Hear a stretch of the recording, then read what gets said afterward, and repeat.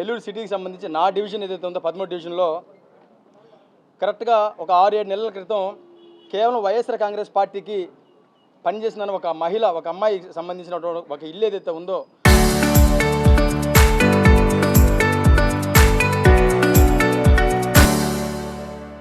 ఒక సెంటు భూములు ఇల్లు కట్టుకుంటే 2.5 అడుగు బాత్రూమ్ ఏదైతే ఉందో ఆ బాత్రూమ్ని ఆయన అధికారాన్ని ఉపయోగించి పోలీసులు బందోబస్తు పెట్టి అధికారుల ద్వారా ఆ రోజు పగలగొట్టిన పరిస్థితులు కూడా నేను మీడియా ముఖంగా కూడా ఆ రోజు తెలియజేయడం జరిగింది.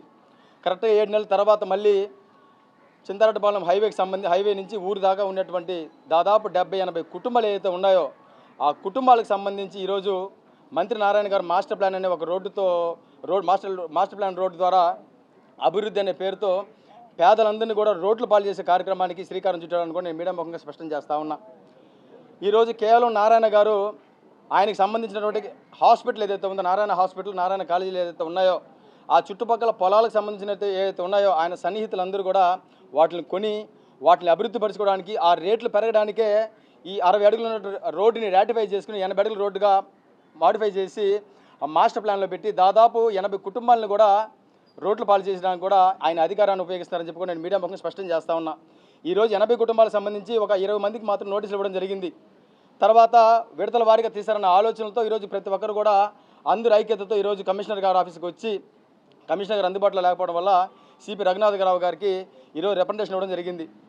నేను మీడియా ముఖంగా స్పష్టంగా తెలియజేస్తాను ఒకటే, గడిచిన 2 సంవత్సరాల్లో మంత్రి నారాయణ గారు చేసింది ఏదైనా ఉందా అంటే కోట్ల రూపాయలను అవసరం లేని చోట చెట్లు వేయటం, ఎండ్ రేటు పేర్లతో వాళ్ళ కార్యకర్తలకు కోట్లు దోచిపెట్టే దాంట్లో చూపిన శ్రద్ధ, మా ప్రభుత్వంలో మేము ఓపెన్ చేసినటువంటి పార్కులు బిల్డింగ్లని రంగుల పేరుతోనూ హంగుల పేరుతోనూ రీఓపెన్లు చేసి ప్రకల్పాలు మేము అభివృద్ధి చేశామని చెప్పుకునేటువంటి ఘనత నారాయణ గారు ఈరోజు ఈ విధంగా పేద ప్రజలను ఇబ్బంది పెట్టడం సవ్యం కాదని తెలియజేస్తా ఉన్నా. నెల్లూరు నగరంలో 75,000 ఓట్ల మెజార్టీ వచ్చిన నారాయణ గారికి సాక్షాత్ నా డివిజన్ నుంచి కూడా మా వాళ్ళందరూ కూడా మీకు మెజార్టీ ఓట్లు కూడా వేశారు, ఇంకా మీరు అభివృద్ధి చేస్తారని. మీరు అభివృద్ధి చేయకపోగా మా జీవితాలని మాకు సంబంధించినటువంటి మా ఇళ్ళను కూల్చేసి మమ్మల్ని రోడ్ల పాలు చేస్తామంటే చూస్తూ ఊరుకునే పరిస్థితులు ఉండవని కూడా నేను మీడియా ముఖం తెలియజేస్తా ఉన్నా.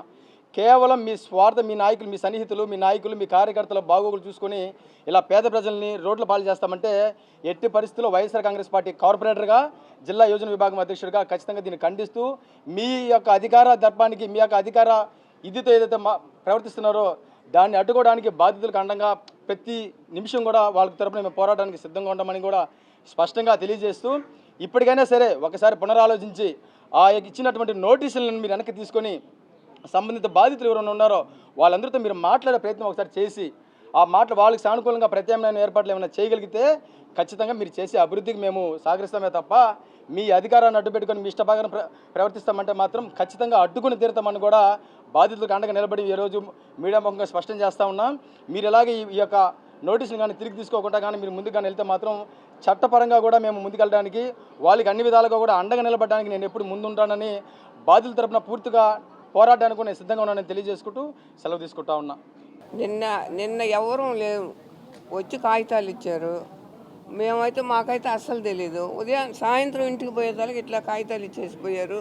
అంటే ఇంక మేము అన్నాలు వండుకోలేదు, ఏం వండుకోలేదు, దిగులు పడిపోయి గమ్ముగా కూర్చున్నాం సార్. అంతవరకు ఈ సారు మనకి బాగా చేస్తాడు నారాయణ సార్ అని మేము ఎంతో ధైర్యంగా ఉన్నాం. కానీ ఇప్పుడు ఆ ధైర్యాన్ని కోల్పోయాం సార్.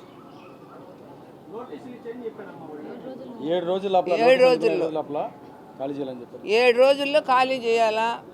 అప్పటికి మీరు ఎక్కడికి వెళ్తారు అదన్నా చెప్పండి అని మమ్మల్ని అడుగుతున్నారు. నోటీసులు మాకు ఇచ్చి ఎక్కడికి వెళ్తారు మీరు అది మాకు చెప్పండి అంటే వాళ్ళకి చెప్పాలి, మేము వెళ్ళేది కూడా చెప్పాలి. మేము దిగులు పడి మేము అన్నాలు వండుకోకుండా కూర్చొని ఉంటే వాళ్ళకి మళ్ళీ మేము తిరిగి మాట్లాడాలంట. అది న్యాయమేనా? మేము నారాయణ సార్కి ఎంతో నమ్మకంగా ఉన్నాం.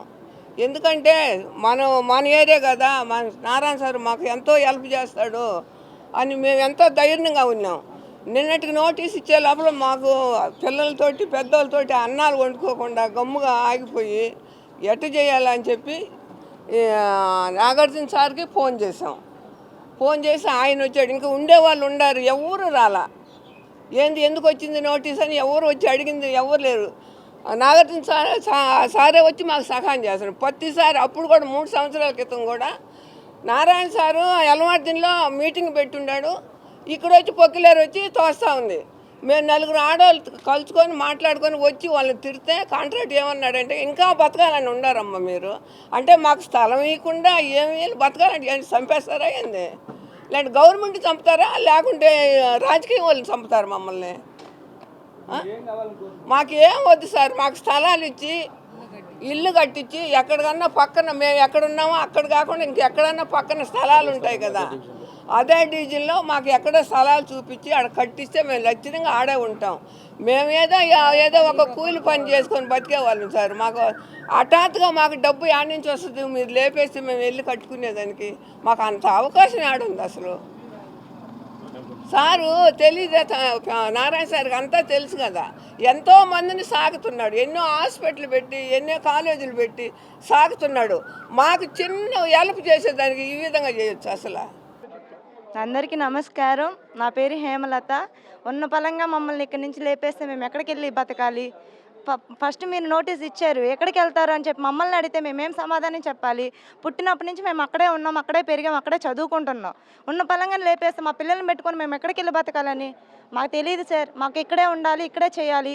మాకు ఆ ఇళ్ళ మీద పట్టా ఇచ్చే పని అయితే ఇవ్వండి, లేదా అక్కడే ఏరియాలో మాకు స్థలాలు అక్కడే ఇచ్చే పని అయితే చెయ్యండి. ఇలాగైతే మేమైతే ఒప్పుకోం. మేము ఎవరూ ఉండేవాళ్ళం కాదు ఇక్కడ. మా పాటికి మేము బతుక్కుంటున్నాం, మా పాటికి మేము ఉంటున్నాం. మా దగ్గరికి వచ్చి మీరు నోటీస్ ఇచ్చేసి మీ ఇష్టప్రకారం మీరు వెళ్ళిపోతే మేము ఎక్కడికి వెళ్ళి బతకాలని ఇలా అయితే మాకు తెలియదు సార్. మాకు అక్కడే ఇచ్చే పని అయితే ఇవ్వండి నోటీసు, లేదంటే లేదు. మా తరపున మాకెవరూ రావట్లే. మాకనేది నాగార్జున అన్న ఉన్నాడు, ఆయన వచ్చి మాకు చేస్తున్నాడు. ఇంకెవరు ఇచ్చి మాకు చెయ్యట్లేదు. ఇది సార్ ఇట్లా ఉంది అని పరిస్థితి చెప్పినప్పుడు ఆయన ఎమర్జెన్సీగా వచ్చి మమ్మల్ని ఆదుకుంటున్నాడు. ఆయన అనేది లేనప్పుడు మేము ఎక్కడికి వెళ్ళి బతకలేం. నారాయణ సార్ అని ఉన్నాడే కానీ ఏ దానికి పనికి రావట్లేదు మాకు. ఇట్లా అని చెప్తున్నాడే కానీ ఏం చేస్తున్నాడు ఆయన? కాలేజీలు కడితే సరిపోద్దా? హాస్పిటల్ కడితే సరిపోద్దా? ఇంకేం చెయ్యొద్దా మాకు? ఇట్లా చెయ్యండి, సార్కి అయితే చెప్పండి. మాకు ఇట్లా చేసే పని అయితే ప్రభుత్వం ఒప్పుకోండి, లేదంటే ఇంకా మేమేం చేయలేం సార్. మేము చేసేది మేము చేస్తాం. ఇంకా మాకు అనేది ఉన్నాడు కాబట్టి ఆయన ధైర్యంతో మేము ఉన్నాం ఇక్కడ. ఆయన అనేది లేనప్పుడు మేము ఎక్కడికి వెళ్ళి బతకలేము అసలు. అది మాకు ఒక దిగడికి వచ్చి ఇట్లా ఇస్తామమ్మా స్థలాలు, మీకు దాని మీద మీకు రాసిస్తామని చెప్పండి. మాకు ఉండేది చిన్న చిన్న పిల్లలు ఉన్నారు, చిన్న పిల్లల్ని ఎత్తుకోపోయి మేము ఎక్కడికి వెళ్ళాలి? ఇలాగే ఇక్కడ 3 years వచ్చినప్పుడు అందరిని తీసుకొని వచ్చారు, చిన్న బిడ్డలను ఎత్తుకోపోయి అక్కడ బతులు ఆడుకున్నా కానీ ఎవరు మాకు సమాధానం చెప్పలా. ఆ సమయానికి నాగార్జున అన్నకు ఫోన్ చేసుకున్నాం, ఆయన వచ్చి మాకు చెప్పాడు, ఆయన వచ్చి ఆదుకున్నాడు కాబట్టి మేము ఇన్ని రోజులు ఇక్కడ ఆ రోడ్డు మీద బతకగలుగుతున్నాం. మా నాన్నోళ్ళు, మా తాతయ్య వాళ్ళు, మా అమ్మమ్మ వాళ్ళు అందరూ ఉన్నప్పటి నుంచి ఉన్నాం కదా. ఇటు సడన్గా వచ్చి నోటీస్ ఇస్తే మేము ఎక్కడికి వెళ్ళాలి? చెయ్యండి సార్, మాకైతే ఇట్లా చెయ్యండి. మీరు చేయకపోతే ఇంకా మా పద్ధతులు వేరేగా ఉంటాయి. నమస్తే సార్. అందరికీ నమస్కారం. ఏదైతే 2 రోజుల క్రితం చింతారెడ్డిపల్లి హైవే సంబంధించి అక్కడ ఉన్నటువంటి రోడ్డు మీద నివసిస్తున్నటువంటి దాదాపు ఒక 70-80 కుటుంబాలకు సంబంధించి నోటీస్ ఇచ్చి ఉన్న పలంగా ఖాళీ చేయాలనే ఒక ఆలోచనతో అధికారులు ఏదైతే నోటీస్ ప్రొవైడ్ చేశారో దానికి సంబంధించి బాధితులందరినీ తీసుకొని కూడా ఈరోజు సిటీ ప్లానర్ రఘునాథరావు గారిని కలిసి రిప్రజెంటేషన్ కూడా ఇవ్వడం జరిగింది.